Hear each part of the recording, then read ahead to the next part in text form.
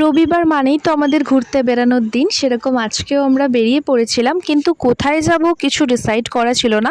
ঠিক হয়েছিল যে রাস্তায় যেতে যেতে কিছু একটা প্ল্যান করে নেব। তো ঠিক হলো যে আমরা নিউ টাউনের কফি হাউসে যাব, তো সেই মতো পৌঁছিয়ে গেলাম। আর আমরা ঢুকেছিলাম ওই 5টা 15-20 নাগাদ, আর গিয়ে দেখি পুরো ফুল, মানে নিচে তো জায়গাই নেই, এমনকি উপরেও নেই।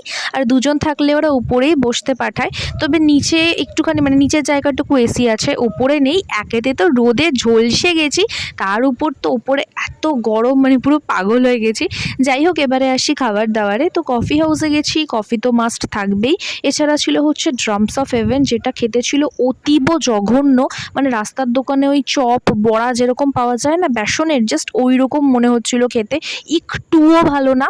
তারপর ছিল হচ্ছে গ্রিলড ভেটকি, যেটা ওই টোস্ট, ব্রকলি, সুইট কর্ন এগুলো দিয়ে সার্ভ করেছিল। এটা খেতে ওই মোটামুটি চলে যায়, আহামরি কিছু না।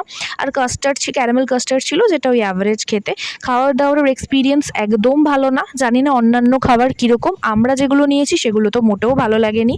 তো যাই হোক, তারপর খাওয়া দাওয়া সেরে বেরোলাম, আর বেরিয়ে দেখি বাইরে তো লম্বা লাইন পড়ে গেছে এখানে ঢোকার।